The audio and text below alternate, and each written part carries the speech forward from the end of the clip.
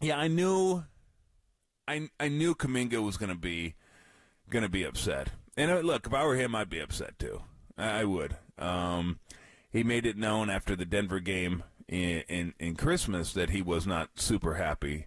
That one, though, he was like a minus 24. He didn't even play that good. I didn't think he played that good in that game. I thought he played well last night. I thought he attacked when he should have attacked. There were a couple shots, but yeah, it's okay. Everybody has a couple shots where you're like, yeah, that's not a great shot.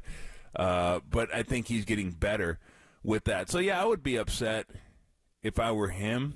I think it probably would be better for him if he just went to Steve at the end of the game or today before practice and said, look, I'd like to talk and figure out what the hell's going on here. Like, what was that last night? I was playing good last night.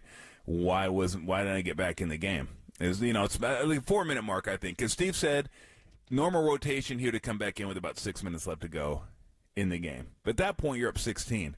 And you're feeling like, okay, these guys are rolling. Let's let them keep rolling a little bit longer and see where this goes, see if they can close it out, which, I think at that point, I think I said at some point, God, when was it? Maybe midway through the fourth or something like that. Maybe it was like 8 minutes left. I go, this is the best game the Warriors have played this year so far. So far, proved to be very prophetic because it reminded me of the Sacramento game. I didn't do that game, but I was watching it at home, and I remember at halftime I thought, that's the best they played.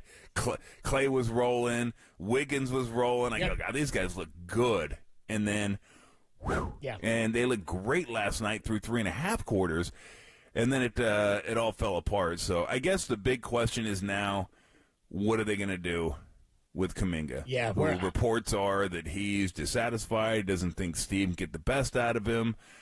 This is going to be real interesting to see where they go from here. What direction they go. They're going to have to sit down and talk, and he's going to have to know where Steve's coming from. Steve's going to have to know where he's coming from, and they're going to have to figure this thing. They're going to have to figure this thing out, and they're going to have to sit down together and figure this thing out. Because if they don't, this will fester, and this whatever shot they have this season, it's going to go down the tubes.